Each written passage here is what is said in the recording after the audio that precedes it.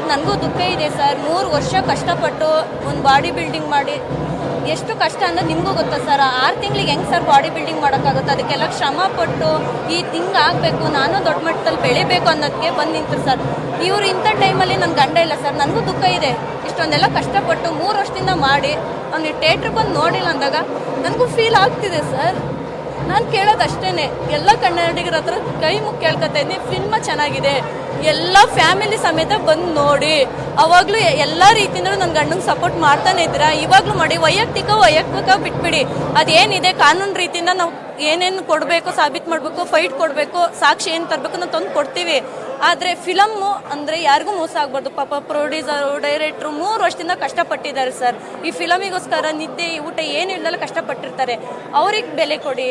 ಬೆಳೆಸಿದ್ದೀರ, ಇವಾಗಲೂ ನೀವು ಬೆಳೆಸಿ ಅಂತ ಎಲ್ಲ ಬಂದು ಕುತ್ಕೊಂಡು ಥಿಯೇಟ್ರಲ್ಲಿ ಸಿನಿಮಾ ನೋಡಿ, ಸಿನಿಮಾಕ್ಕೆ ಇದು ಕೊಡಿ ಅಷ್ಟೇ ಸರ್.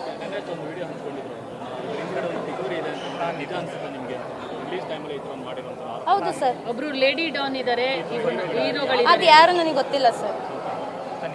ತನಿಖೆ ಆದಮೇಲೆ ಎಲ್ಲ ಗೊತ್ತಾಗುತ್ತೆ ಸರ್.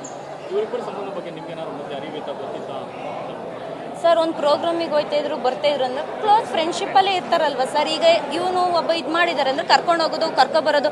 ಯಾಕೆಂದ್ರೆ ನಾನೊಬ್ಳು ಹೆಣ್ಮಗಳು ಸರ್. ಈ ಒಂದು ಹೆಣ್ಮಗ್ಳನ್ನ ಎಷ್ಟು ಕೇರ್ ಕರ್ಕೊಂಡು ಹೋಗಿರ್ತೀವಿ ಅಷ್ಟೇ ಕೇರ್ ಆಗ್ತಾನು. ಮನೆ ಹತ್ರ ಬಿಡೋದು ಜವಾಬ್ದಾರಿ, ಕರ್ಕೊಂಡು ಹೋಗೋದು ಇರುತ್ತಲ್ಲ ಸರ್. ಕರ್ಕೊಂಡೋಗಿ ಕರ್ಕೊಬರೋದು ಮಾಡ್ತಾಯಿದ್ರು ಸರ್. ಪ್ರೋಗ್ರಾಮ್ ಇದ್ದಾಗ ಹೋಗಿ ಬರೋದು ಮಾಡ್ತಾಯಿದ್ರು ಸರ್.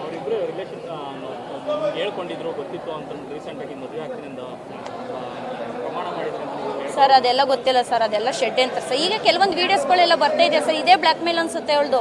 ಈಗ ಒಂದು ಕೆಲವೊಂದು ವೀಡಿಯೋಗಳೆಲ್ಲ ಬರ್ತಾ ಇದಾವಲ್ಲ ಸರ್, ಆಡಿಯೋ ವಿಡಿಯೋ ಎಲ್ಲ. ಸಾಯ್ತೀನಿ ಅಂತ ಒಂದು ವಿಡಿಯೋದಲ್ಲಿ ಹೇಳಿದ್ದಾರೆ. ಸೊ ಇದಕ್ಕಿಂತ ಮುಂಚೆನ ಆ ಥರದ್ದು ನಿಮಗೆ ಬಂದಿತ್ತಾ ನಾನು ಸಾಯ್ತೀನಿ ಅನ್ನೋ ವಿಡಿಯೋ?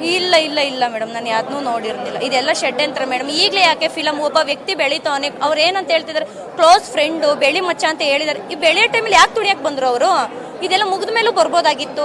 ಇಲ್ಲ ಅಷ್ಟು ವರ್ಷದಿಂದಲ್ವೇ ರಿಲೇಷನ್ಶಿಪ್ ಇರೋರು ಮುಂಚೆನೇ ಕೊಡ್ಬೋದಾಗಿತ್ತು. ಈ ಸಿನಿಮಾಗೋಸ್ಕರನೇ ತಾನೇ ಇವರೆಲ್ಲ ಷಡ್ಯಂತ್ರ ಮಾಡಿ ಹಿಂಗೆ ಬಂದಿರೋದು.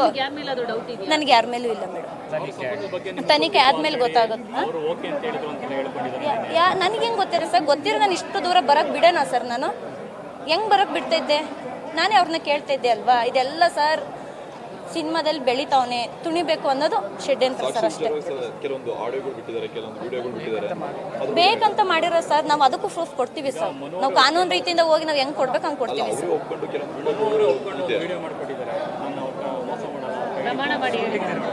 ಅದೆಲ್ಲ ಸರ್ ನನಗೆ ಗೊತ್ತಿಲ್ಲ ಸರ್. ನಾವು ನಂಬೋದು ಇಲ್ಲ ಸರ್ ಅದೆಲ್ಲ. ಕೆಲವೊಂದು ಸಲ ಇವರು ಇದು ಪ್ರಾಕ್ಟೀಸ್ ಮಾಡ್ಬೋದಲ್ಲ, ಒಂದು ಸ್ಕ್ರಿಪ್ಟಿಗೆ ಪ್ರಾಕ್ಟೀಸ್ ಮಾಡ್ಬೋದು, ಒಂದು ಸ್ಕಿಟ್ ಮಾಡ್ಬೇಕಾದ್ರೆ ಪ್ರಾಕ್ಟೀಸ್ ಮಾಡ್ಬೋದು. ಅದನ್ನು ಐತೆ ಅಂತ ನಾವು ಅರ್ಥ ಮಾಡ್ಕೋಬೋದಲ್ಲ ಸರ್. ಆ ವಿಡಿಯೋದಲ್ಲಿ ಏನಾದ್ರು ವಿಡಿಯೋ ರೆಕಾರ್ಡ್ ಆಗ್ತಾ ಇದೆಯಾ? ಇಲ್ಲ, ಹಂಗೂ ಮಾಡೋದು. ಯಾಕಂದರೆ ಇವರು ಒಂದು ರಿಯಾಲಿಟಿ ಶೋ ಇಂದ ಬಂದಿರೋದು ಅಲ್ವಾ. ಅಲ್ಲಿ ಸ್ಕ್ರಿಪ್ಟಿಗೆ ಎಲ್ಲ ರೀತಿಯಿಂದ ಪ್ರಾಕ್ಟೀಸ್ ಮಾಡಲೇಬೇಕು. ಇದು ಹಂಗೆ ಮಾಡ್ಯಾರ ಅಂತ ನಾನು ಅನ್ಕೋತೀನಿ ಸರ್. ಕ್ಲೋಸ್ ಫ್ರೆಂಡ್ ಹೆಂಗೆ ಪ್ರೋಗ್ರಾಮಿಗೆ ಬರೋರು ಮನೆಗೆ ಬರ್ದಲ್ಲಿ ಹೆಂಗೆ ಸರ್ ಹೋಗೋದು? ಮನೆಗೆ ಬರೋರು ಅವ್ರ ಮಧ್ಯೆ ನನ್ನ ಮಧ್ಯೆ ಯಾವುದೇ ರೀತಿ ಇರಲಿಲ್ಲ ಸರ್. ಅವ್ರ ಪರ್ಸ್ನಲ್ ಏನಂತ ನನ್ನ ಹತ್ರ ಯಾವತ್ತೂ ಶೇರ್ ಮಾಡ್ಕೊಂಡು ಬರೋರು ಹೋಗೋರು ಅಷ್ಟೇ ಸರ್.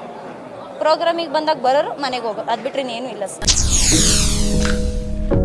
ಸಿನಿಮಾ ಜಗತ್ತಿನ ಕ್ಷಣ ಕ್ಷಣದ ಸುದ್ದಿಗಾಗಿ SS ಟಿವಿ ನಿಮ್ಮೊಂದಿಗೆ.